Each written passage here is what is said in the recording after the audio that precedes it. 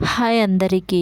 ఈరోజు నేను బ్రేక్ఫాస్ట్ తయారు చేస్తూనే ఒక ప్రీ ప్రైమరీ టీచర్ జీవితంలో కనిపించని కొన్ని విషయాలను మీతో పంచుకోవాలనుకుంటున్నాను. చాలామందికి టీచర్ అంటే స్కూల్లో కనిపించే కొన్ని గంటలు మాత్రమే గుర్తొస్తాయి, అవునా కదా? కానీ ఒక టీచర్ రోజు అంతకంటే చాలా పెద్దది. ఆ ప్రయాణం ఎలా ఉంటుందో ఈరోజు నా మాటల్లో చెప్తున్నాను. మరి ఎందుకు ఆలస్యం, వీడియోను పూర్తిగా చూసేయండి. ఓకే.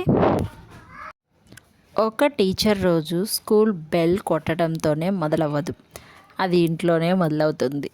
ఉదయం లేవగానే మనసులో మొదటి ఆలోచన, ఈరోజు పిల్లలకి ఏం కొత్తగా నేర్పించాలి. కొన్నిసార్లు లెసన్ ప్లాన్ రెడీగా ఉంటుంది, కొన్నిసార్లు అయితే లెసన్ ప్లాన్ రెడీగా లేదు, అప్పటికప్పుడు రాసుకోవాలన్నమాట. ఎందుకంటే చిన్నపిల్లలకు బోధించడం అంటే పుస్తకం చదివేయడం అస్సలు కానే కాదు. వాళ్ళకి ఆడిస్తూ పాడిస్తూ నవ్విస్తూ నేర్పించాలి.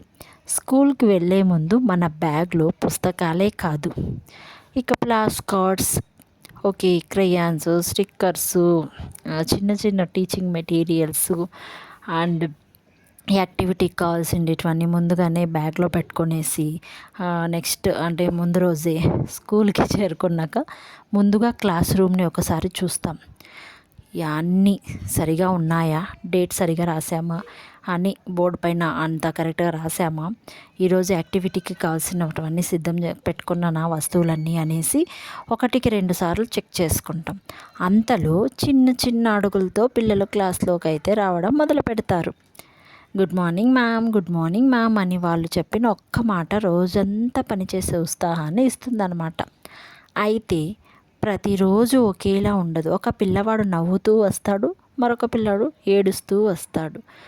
అమ్మని వదిలి రావాలని ఏడుస్తాడు. మరో పిల్లాడు తన వాటర్ బాటిల్ ఎక్కడో పెట్టాను మర్చిపోయాను అంటాడు.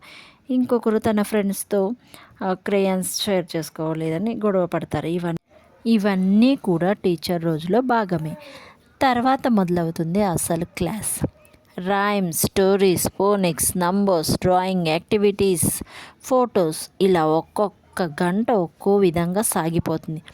కానీ ఒక మంచి టీచర్ పిల్లలకు పాఠాలు మాత్రమే చెప్పరు, వాళ్ళలో ధైర్యాన్ని పెంచుతారు, పంచుకోవడం నేర్పిస్తారు, థ్యాంక్ యూ చెప్పడం నేర్పిస్తారు, సారీ చెప్పించడం నేర్పిస్తారు, ఇతరులు గౌరవించడం నేర్పిస్తారు.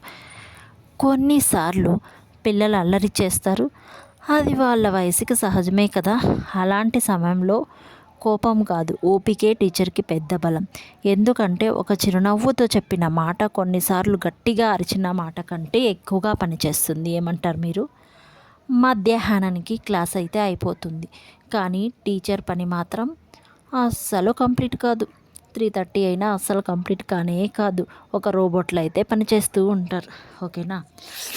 నోట్బుక్స్ చెక్ చేయాలి, పిల్లలు రాశారు కరెక్ట్గా, ఫార్మేషన్ రాశారు, అలా రాశారు, రేపటి హోంవర్క్ ఏమి, రేపటి క్లాస్ వర్క్ ఏమి, డేట్స్ రాయాలి, ఇక ఓకే టెక్స్ట్ బుక్ చెక్ చేయాలి, ప్రాక్టికేట్స్ చెక్ చేయాలి, ఇక రేపటి గురించి అంటే లెసన్ ప్లాన్లో చూడాలి ఉందా లేదా, దాని యాక్టివిటీకి సిద్ధం చేసుకోవాలి, అక్కడ ఉండేటివన్నీ ఏం లేకపోతే ఇంట్లోనే ఇక అన్నీ పెట్టుకోనాలన్నమాట. ఇక బోర్డ్స్ అంటే EVS board, English board and math board అన్నీ రేపటికి తగ్గట్టుగా ఉన్నాయా లేదా అని చెక్ చేసుకోవాలి. అలా సాగుతూ ఉంటుంది. ఆఫ్టర్నూన్ అయితే మధ్య మధ్యలో పేరెంట్స్కి కూడా కాల్ చేయాల్సి ఉంటుంది. కొన్ని విషయాల్లో పిల్లల పురోగతి గురించి కూడా ఆలోచించాలి. అదే టైంలో కనిపించని పని ఎక్కువగా ఉంటుంది. అయితే ఈ పనిలో అందమైన క్షణాలు కూడా ఉంటాయి. మొదటిసారి ఏబీసీ చెప్పిన పిల్లవాడు, తన పేరు రాసిన పిల్లవాడు, స్టేజ్ మీద భయం లేకుండా మాట్లాడిన పిల్లవాడు, థ్యాంక్ యూ మ్యామ్ అని ప్రేమగా చెప్పిన పిల్లాడు.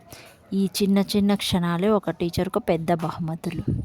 టీచర్ జీవితం సులభం కాదు, కానీ చాలా అందమైన ప్రయాణం. ప్రతి రోజు కొత్త అనుభవం, ప్రతి పిల్లవాడు ఒక కొత్త కథ, ప్రతి చిరునవ్వు ఒక కొత్త సంతోషం.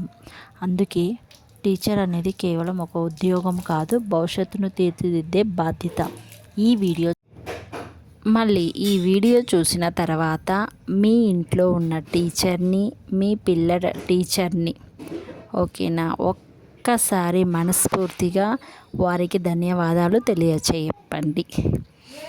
ఎందుకంటే వాళ్ళు కేవలం పాఠాలు మాత్రమే కాదు, జీవితానికి అవసరమైన విలువలు కూడా నేర్పిస్తున్నారు. మీకు ఈ వీడియో నచ్చినట్లయితే ఒక లైక్ చేయండి, కామెంట్లో మీ అభిప్రాయం తెలియచేయండి. ఇలాంటి teaching tips, pre primary class room ideas, parenting మరియు ఎడ్యుకేషన్కు సంబంధించిన వీడియోల కోసం మన ఛానల్ను సబ్స్క్రైబ్ చేసుకోండి. ధన్యవాదాలండి. మళ్ళీ మరో ఆసక్తికరమైన వీడియోతో కలుద్దాం. ఓకేనా? థ్యాంక్ యూ సో మచ్ అండి. Bye bye. చెప్పప్పా.